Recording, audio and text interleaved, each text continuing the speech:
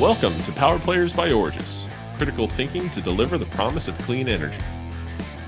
This program brings you leading voices in solar and energy storage and sectors impacting renewables, exploring challenges and solutions for industry growth, the true cost of operating and maintaining power plants, and system asset management considerations. My name is Josh Corbett. I welcome you to this episode hosted by Mchael Eyman, Managing Director of Origis Services.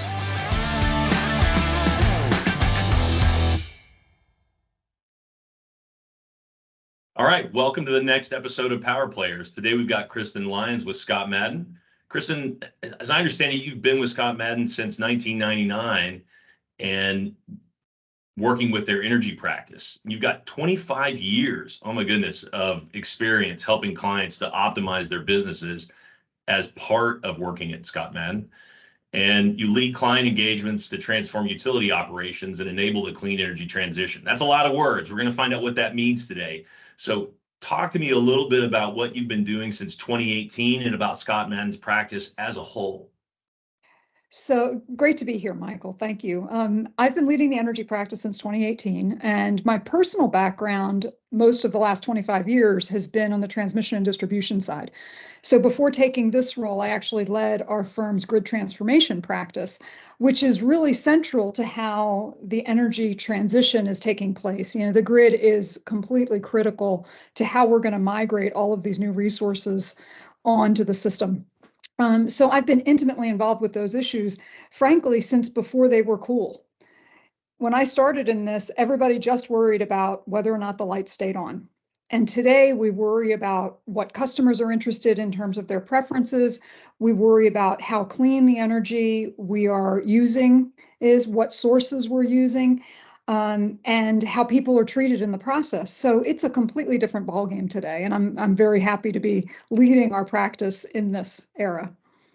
So how do companies engage with ScottMadden? Like when we talk about transformation of the grid, and you're working with clients and companies that are working on that, just for those of us who are not 25-year experts, what do you mean by that? What does that mean, really? Like just baseline. So the best way to describe it is that we help electric and gas utilities operationalize strategic imperatives. So a strategic imperative is connect more distributed resources to your distribution system. We go in and help the company figure out how they're going to change their processes to accommodate more DERs. So we help them file with the regulator to talk about how they're doing that. And we may help them file a rate case to recover the costs of doing that. So we can help when the regulator says you have to do this, or when a legislator or even a utility executive says you must do, we come in and say we can help you figure that out. And we do that across elements of the grid, transmission, distribution. We do it in generation, renewables, and in regulatory. Okay, so what I heard from that was when a client, when a company interfaces with the grid, the government says, here's your new requirements, or these are the things that are changing. And they're like, I don't really know, like, what am I supposed to do with this? You're the 911 call to help them figure that out and to lead them through that. So, but you did say three things there that I keyed on. You talked about reliability, affordability, and clean or renewable. Talk to me about, are those sort of the three things that you're looking at today? Like, talk to me a little bit about that. So, as I mentioned before, I started in this industry before it was cool. And in an era where we really only worried about are customer bills affordable and is power reliable? And that's a pretty straightforward construct. You know, okay, we planned the system according to least cost principles and obligation to serve, and regulators set rates. You had interveners that complained about the rates. And it was a pretty straightforward kind of interaction to helping the lights stay on. And that produced low cost, reliable power for a long time. What's changed in the last decade or more is that now we worry a lot about whether the power we're using to keep the lights on is clean. So now, instead of having two imperatives, we have three. And what has emerged is a natural tension across those three. You can have a reliable solution that is low cost, but it may not be as clean as you want. You could have a clean and reliable solution that you can't afford to pay for. Or you could have the least cost solution that may not meet the goal. So that tension is really emerging. And the first place that we saw it emerge in the last year or so was on the reliability side, because we're seeing a lot of our traditional, what we call baseload generation, big coal and nuclear plants. Right. They're retiring, and they're being replaced with resources with different operating characteristics. So think the wind doesn't blow all the time and the sun doesn't shine all the time. And as we're managing this transition, a lot of very senior people in the industry are expressing their concerns about keeping the lights on. So that's the first element of that tension. And we can talk about affordability and clean separately. Sure. So, I mean, reliability, aren't renewables reliable? And how does reliability, we started talking about sort of the grid and transmission, right? Now you're talking about sources of power. So where does the reliability, affordability, and clean, where does that affect the grid, right? It's understand the sources of power and what's happening with those changing. But what are the grid requirements around that? What are the infrastructure requirements around that change? Well, from a very basic view, it's not to suggest that intermittent resources can't be reliable, particularly when paired with other sources of power. For instance, solar and batteries make a great combination. The challenge is that the grid wasn't designed for a system that is largely based on renewables. So transmission, think high voltage, big power lines that can span multiple counties, states, even regions. They are critical to enabling those intermittent resources to connect into the grid and supply load, because those resources, think big wind, isn't typically located right next to big cities, barring Chicago, perhaps. So what you end up with— Corpus Christi. There you go. So what you end up with is the need to build out a lot of big lines. And, I mentioned before, I was in the industry before it was cool. Well, in the early 2000s, we started working on building out a lot of transmission. Then it was because we were enabling wholesale markets and enabling everyone to get least cost power in the markets. And that had its day. There was a lot of money spent in transmission. We have invested progressively less in transmission over time. And everyone's now realizing, holy cow, if we're going to connect these kinds of resources to the loads that need them, we need big wires and we need them soon. They are very, very difficult to build. Planning, siting, cost allocation are all very difficult challenges on the transmission side, but they are critical to enabling the renewables that we need in the mix. So it occurs to me as you were talking through that, and I was thinking about this challenge, it's interesting, like the traditional forms of power, oil-fired plants, coal plants, gas, combined cycle, typically located where they need to be located, and the fuel comes to them in order to provide it, right? Now you have the fuel is being provided by a resource, whether it's wind, hydro, offshore, solar, that has a geographic fixed point, and the transmission has to come to it. Yep. Right. So it is a different dynamic from that perspective. And that would tend to drive up the cost and the requirements around transmission as you have to sort of get into the hinterland to get to where that fuel source, whether that's wind or a river that's dammed up, like Lake Mead or something like that, to get to that resource versus just putting it where you want and then bringing the fuel to it. So on the one hand, it's more efficient from a fuel transport perspective, but from a transmission of the final product, electrons, it definitely is a bigger problem set. How are we looking at that? Don't we need to be looking at that nationally to really take best advantage? And does having our fragmented ISOs and like ERCOT's got its little domain here and everybody's got their little areas, is that going to have to go away, or at least be mitigated somewhat with more connections between? So how's that going to change things? So before I answer that question, I want to go back to the resource side for just a moment. Sure. So totally agree with you about the nature of those resources being very different, and the fact that we need a different kind of transmission to build out that portfolio. Mm-hmm. Importantly, those resources are subject to common mode failures that a coal, nuclear, gas plant wouldn't be. So wind Common doesn't mode blow failures. at night, everybody's offline. Ah, yeah. Meaning the fuel So you can take literally is out not your whole always wind available. portfolio Yeah. based on the weather. So that's a new dynamic that we're having to plan for. So when you think about planning transmission, you want to be able to plan to have those resources available to the best degree they can be, but to have them firmed up by, in this day and age, it's almost always gas. So Right. as we're going through this transition, you've got natural gas plants playing a bigger and a different role. So the reliability of natural gas is now very much front and center. And if you looked at some of the reports after Winter Storm Elliott last year, we had, I think, 13% of the natural gas-fired capacity in the Eastern Interconnect come offline because of freezing issues or gas availability. So now you have, again, other types of resources that are becoming critical to keeping the lights on as this portfolio evolves. So going back to your question about transmission and connecting it all. I'll start off by saying, yes, it would be great if we had a national plan and we were able to build out based on that plan. We've got the best solar resources in the Southwest. We've got the best wind resources in the upper Midwest. And then you connect all the pieces and away we go. That's not the way transmission works. So transmission is FERC regulated in terms of setting its rates. But when you get down to the planning, it could be, as you mentioned, an RTO or an ISO that creates a regional plan.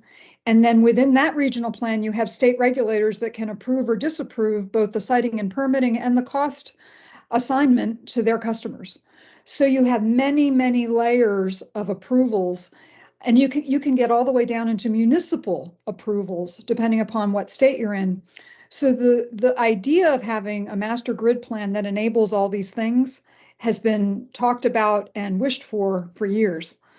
Sadly, that's not where we are. You mean we can't all get together and agree on a national need? You're kidding me. I am shocked. It's shocking. I know. Shocking. Oh my goodness. Well, so how do companies navigate this, right? Because it occurs to me like the off takers, and I think we need to talk about them too, but let's talk about them in a minute. They're connecting to the grid, the power's connecting to the grid. Who owns the grid? Who's paying for all that? Where does that come from? It's not just like some, imaginary Oz behind the curtain or something. I mean, it's got to be built. This is critical infrastructure. Who's doing what and what are the roles there?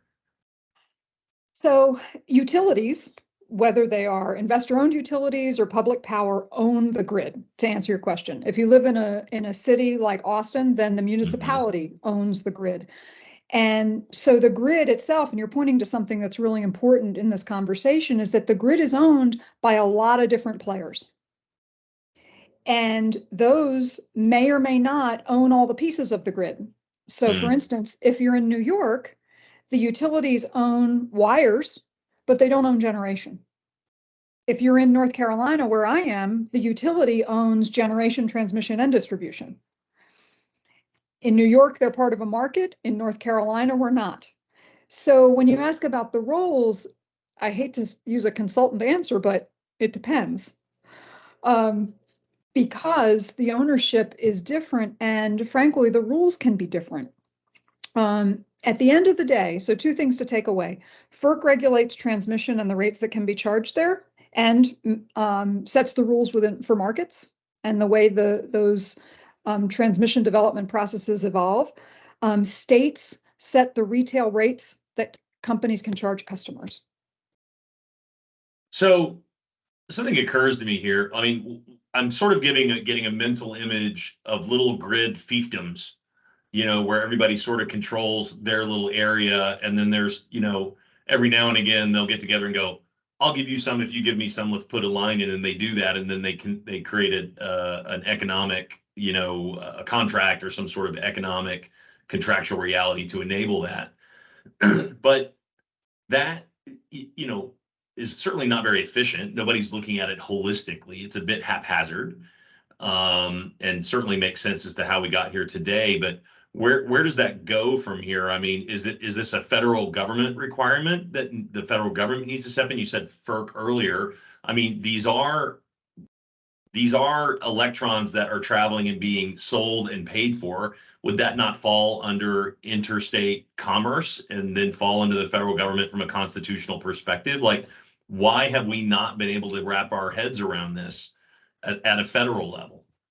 So you're right about FERC having jurisdiction over interstate commerce. Absolutely.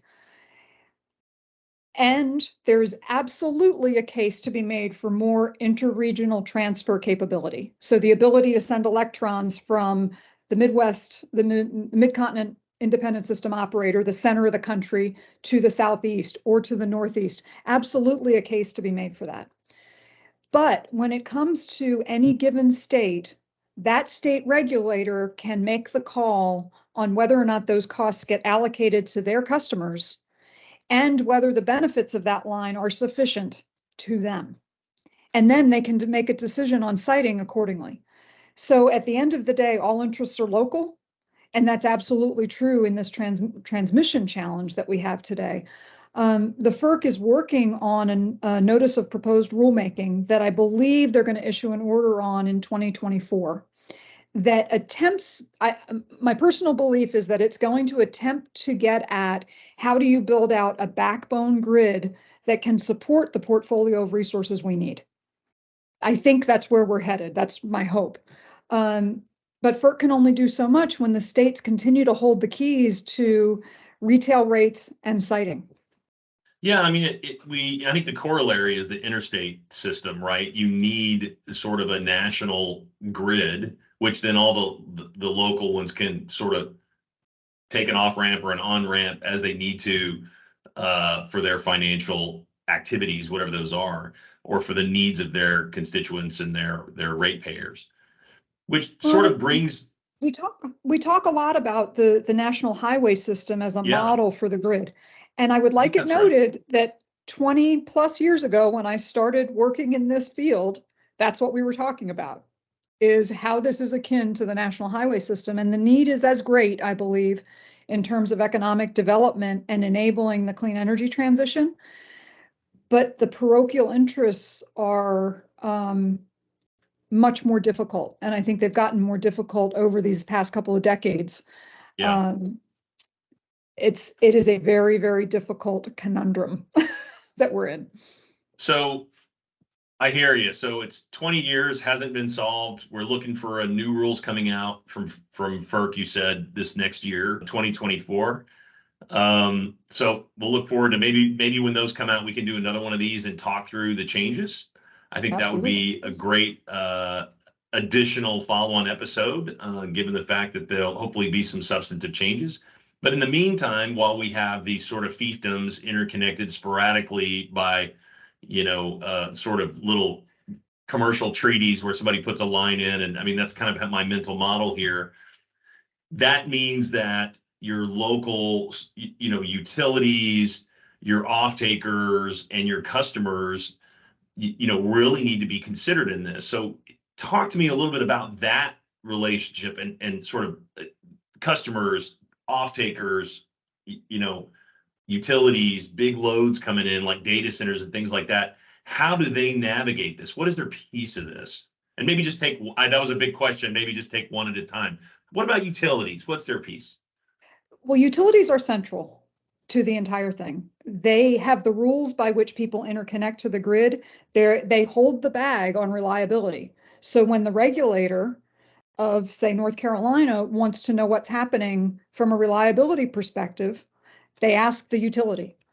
So there is a critical role for keeping the lights on.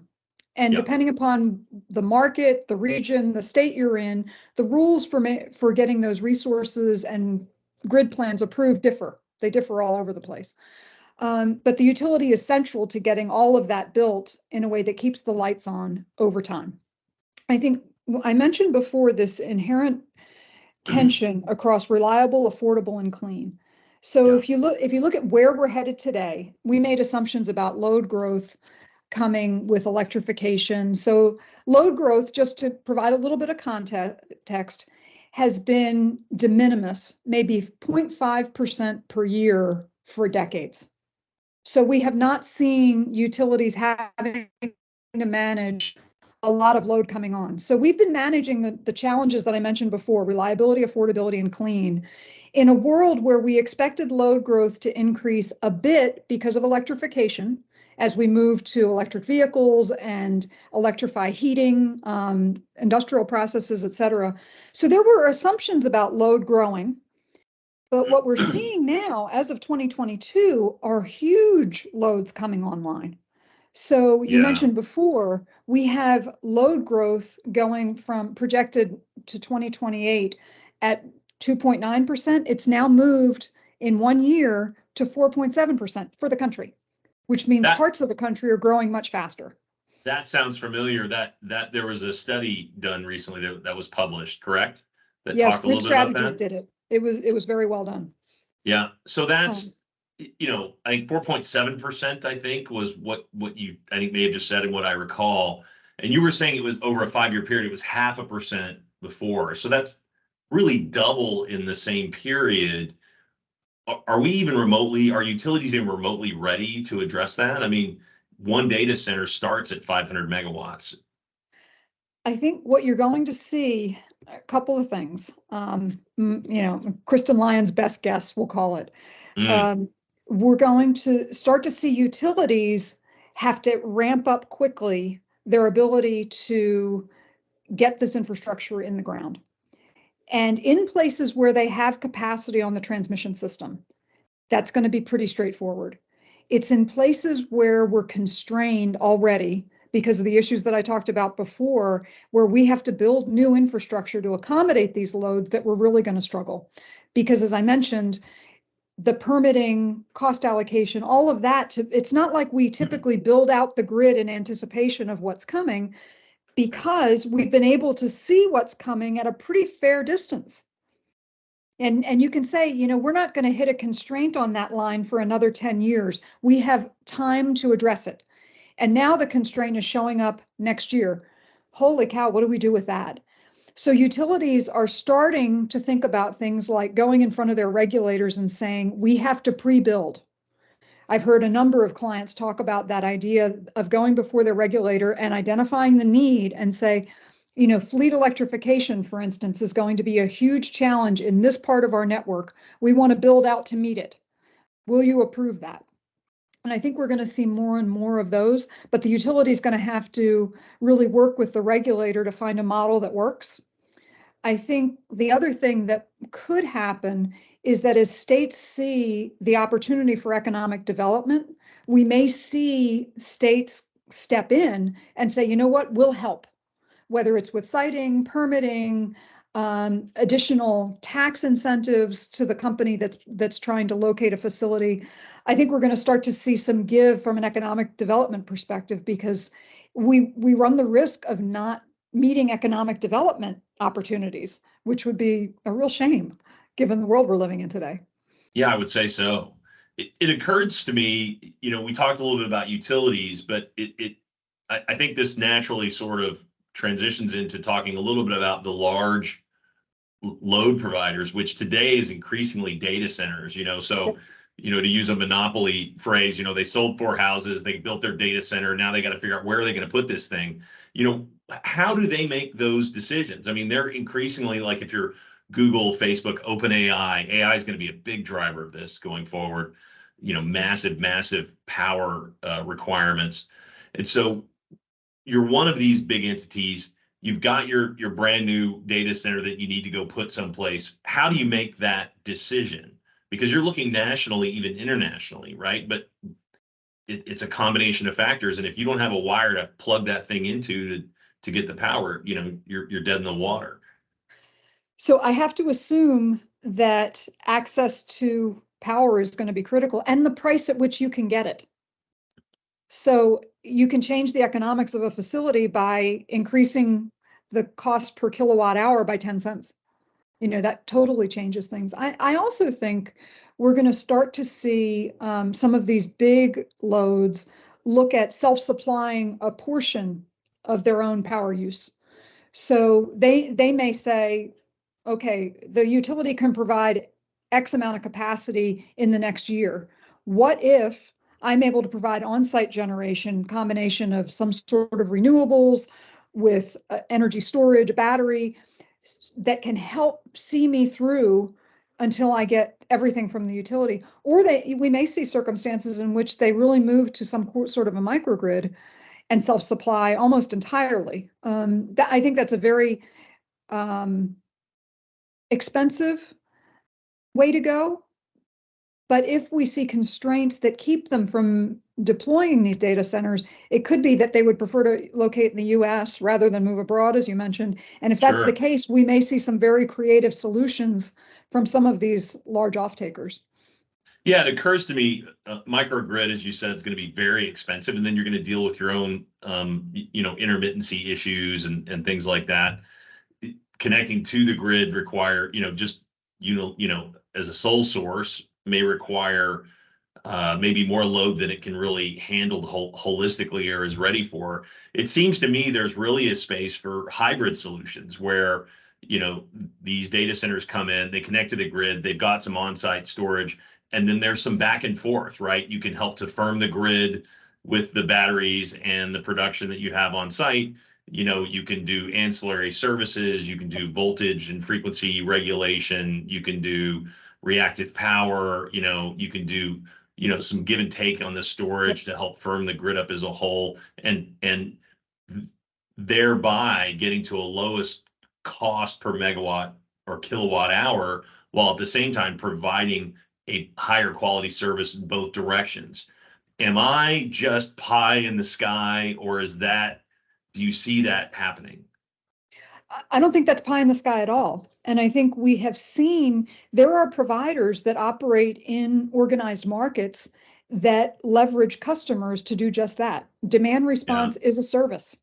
Yeah. And you can bid in capacity in a market with demand response. And I think under FERC Order 2222, which is in the process of being implemented in the RTOs and ISOs, we're going to see more and more of those types of solutions. So I think the idea of passive customers, particularly commercial and industrial customers, is going to become passé over time. This idea of the virtual power plant is going to become more and more important, particularly as customers can make money playing in these markets. So if in a market or in any kind of organized construct where you have a capacity need, you need to meet a certain number of megawatts. Yeah. You could have a provider that can aggregate storage from this customer, some demand response from that customer, energy efficiency from someone else, maybe managed charging for electric vehicles. You aggregate all of those together and bid them into a market, or just meet a reliability need. That's a virtual power plant. What does aggregate mean? So pulling all of those resources together to meet a need. Well, I get that part, but what is it? What are you talking about? I mean, we're throwing wires over the fence. What are we doing here? It's typically metering arrangements. So it's about metering the power and settling. That's why I think it's mostly in markets where that's going to be useful, except where you've got a reliability need. So if you have, in the same way, going back to the 70s, for instance, you used to have what we called interruptible customers and contracts. So the load got really high and you had contracts with customers where they would just take off their demand. They would shut off power for you and you would be able to drop that peak demand a bit. It's the same exact concept with just a little bit more technology around it. And people now get paid for it. Is that the kind of stuff you guys would help people figure out? We do, yes. Perfect.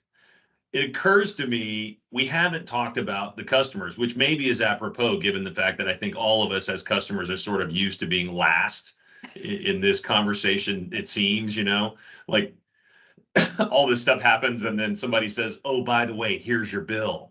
Thank you very much, right? So let's talk about the customers a little bit. What is their piece in this? Well, so for a long time, we've talked about how the utility customer is evolving. And I'll start off by saying, when I started in this industry, again, it was a long time ago, but customers were at best ratepayers. Yeah. And at worst, they were load. That was it. And now we have customers that have different attributes and needs and can actively participate with the utility in a way that that's been unprecedented up to this point. So we have programs and opportunities for customers to participate in things like demand response, or you can have control over my thermostat and I will get a reduced rate on my electric bill as a result. So the interaction between the utility and the customer is evolving, and I think it'll continue to. I think the big challenge that we're going to see in the era that I mentioned, going back to reliable, affordable, and clean, is that the cost of what we're trying to do with the grid is exorbitant. We are going to have to build out a lot of new power plants. We're going to have to build out a lot of new wires. We have programs that are going to need to be funded on a lot of different levels. You know, you think about EV infrastructure make ready. The customer pays for all that, whether they have an EV or not. So the question of can all of our customers afford what electricity is going to cost over time is front and center for regulators. And I think we're going to see two things happen there. I think it means regulators are going to take a hard look at the capital plans that utilities are putting forward, and that's happening today. And I think we're also going to see programs to really engage customers to help them pay for the bills that are increasing over time. Yeah, I think that same study we mentioned before, I think they were north of 600 billion over the next 5 years of increased spending beyond the baseline that is not sort of expected today, but that we've got to go dig out of the couch cushions, right? Somewhere, somehow. It's and those yeah. Those bills are showing up a lot of places. The clean energy transition is not free. You know, we may have, if you just take the cost of a kilowatt of solar, that may be lower than another type of resource, but the transmission line to connect it wasn't free. And it doesn't run at night. So you need something else to run at night. So there are a lot of elements of this that we have resources that are coming online that do cost less on a per kilowatt or a per megawatt hour basis. But the things to make all of these pieces that are becoming much more complex work together are expensive. Well, I'll tell you, from my perspective, I think the front lines of this little battle is at my thermostat, where Austin Energy sets it to this, and I set it to that, and I set it to this, and I set it to that. You know, and we're sort of fighting over what temperature my house should be. Things have changed, you know, from the time that you could say this is what it is to now it's somebody else has an opinion of what my thermostat is set at, and it's not me. But that $600 billion has to come from somewhere. And in my work with utilities, the interesting comments I've always had around capital investments where it's okay, we can rate base it, which means here's your bill, Mr. Customer, right? But it seems customers increasingly have a louder and louder voice, not just on the price that they pay, but on, you know, is that green power, right? Is that meeting my needs, not just from a temperature of my house perspective, but my needs from a what do I expect from the energy mix? Is that a true thing? Is that really true, or is it just window dressing? You know, we'll make you feel good about feeling like you have a voice, but we're going to go get the cheapest form of power, and you're just going to pay what you pay. Like, no, I think there are many kind of green kilowatt hour programs out there, and I think they're true. The piece that I take you back to is customers didn't used to care beyond whether their lights were on. And, you know, back in the good old days, we had rate cases where you had interveners, and you had to be very, very interested in utility regulation to be an intervener. Yeah. Today, what's happening is you have stakeholder processes that are meant to actively engage these communities around the kind of infrastructure that the utilities are building. And that's a whole new paradigm for utility planning. And I think that we're just at the front end of that. That's very much a state by state process, and each state's kind of doing it their own way if they're doing it at all. But I think we're going to see more and more engagement of customers to say, okay, this is what we're planning. Does this meet what your community is interested in? Yeah, and I've seen an increase in what I would, with my military background, called influence operations. You know, people with political agendas shaping the discourse to an outcome, not always in a completely honest way. or even remotely honest way.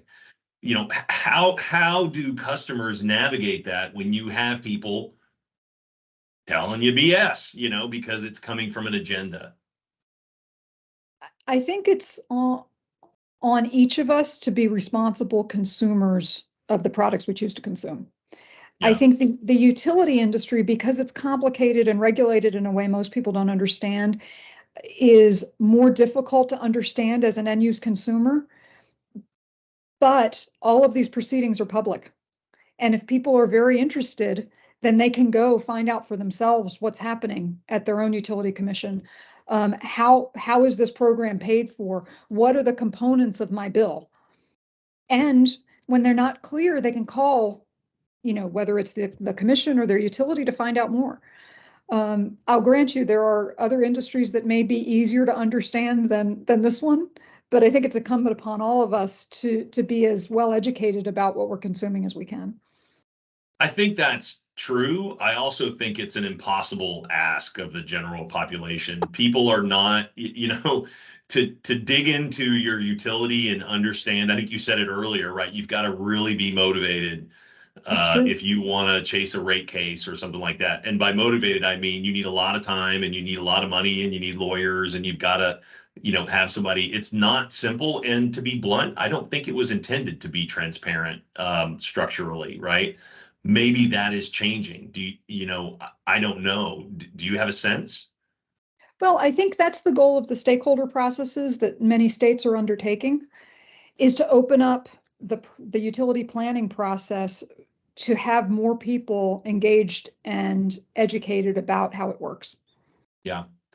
Look, I'm not throwing stones here. I think utilities have this is a tough thing to navigate, given where we started, right? Where we are today and where we started 20 years ago in this conversation.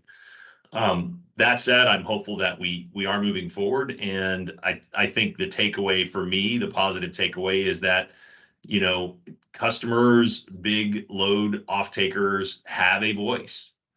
No question. And that was not always the case even 10 years ago. And so, and I think the direction of that from this conversation and from what I see out there is that is going to be becoming more so, which is going to mean there's going to be more and more players looking to shape what those voices hear and say, and the politics are going to play out. But hopefully, customers having some voice in this process will ultimately lead to a better solution. I'm gonna put on my rose-colored glasses and hope that's the case. I hope so. But I think it's going to be a rocky ride. The other thing I would add to what you just described is, going back to that triumvirate of clean, affordable, and reliable. The lack of understanding about the way we keep the lights on is also true in the policymaking space. And as I think about some of the ambitious targets we've put out there, it's not always clear to me personally that the stakeholders and policymakers have fully understood what it takes to get to that level of renewable integration, for instance. There is a belief that, the wind blows and it's free. And as long as that remains one of the things that's out there, I think it can be very hard for whoever's building the infrastructure to say, actually, if we're going to build out a grid that can accommodate that, it's going to be billions of dollars. Yeah. And that disconnect between, on the policy side, I think really requires additional education as well to make informed trade-offs across those priorities. And those three priorities are not the only ones that exist there. But informed trade-offs is pretty critical in this conversation. Yeah, and I think the informed part is the challenge, right? Understanding what those trade-offs are depending on where you're at, whether you're a utility, whether you're a governmental entity, whether you're a customer, whether you're a large load. I think that's going to be the key, and working with folks like yourself and practices like ScottMadden and to help navigate that, I think is going to be required. So I think you guys are positioned in a great spot. You're so good, Cristin. Normally, I try to circle things back to where we started, but you went right back to the triangle at the beginning. So we've already covered that. You did my job for me. Thank you. Before we close out, though, do you have any final thoughts for customers, load off takers, utilities, like any sort of think about this as you go forward? So the thing I'll end on is that we talked about the balkanization of the grid before, and the fact that we have many, many, many entities. Importantly, we have disaggregated the pieces of this grid in such a way that it makes it very hard to look at the trade-offs we just talked about. So we have generation-only companies, we have transmission-only companies, we have integrated utilities that have all of the above, we have wires-only companies and markets. So across the spectrum, we've got companies that have their own service territories and their own sets of assets. And we really lack the ability to integrate the pieces to think holistically about the problem we're trying to solve, which is to create a reliable, affordable, clean grid. So the challenge that I would put out there is for all the players we just talked about to think about the integration of those pieces and think constructively about where we can create trade-offs across those. You know, if a solution is going to be exorbitantly expensive for customers, where can we make compromises, whether it's in the time scale that we're looking at or in the breadth of a solution that we're looking at? And that integration of pieces, both across, you know, interconnections and the like that you talked about, across companies and service territories and across asset classes, is really important right now. Well, it sounds to me like people really need services like ScottMadden provides. This is a very complicated thing. I think understanding where you're at in the process, what piece of it is yours, and then reaching out to the right experts to help you optimize that and sort of chart that forward is going to be the key for most folks. Well, I think we've reached the end of today's. Cristin, you are indeed a power player. This has been a fantastic episode. I'm going to have to watch it again so that I fully understand everything you brought to this conversation. Thank you so much for your time, and let's talk again when FERC 2024 hits. Thank you so much. It was great talking with you. Great talking to you too.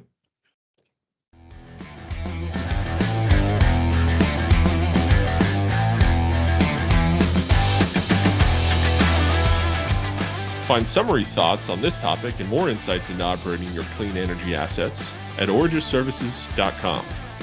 Thank you for listening to this episode of Power Players by Origis, critical thinking to deliver the clean energy promise.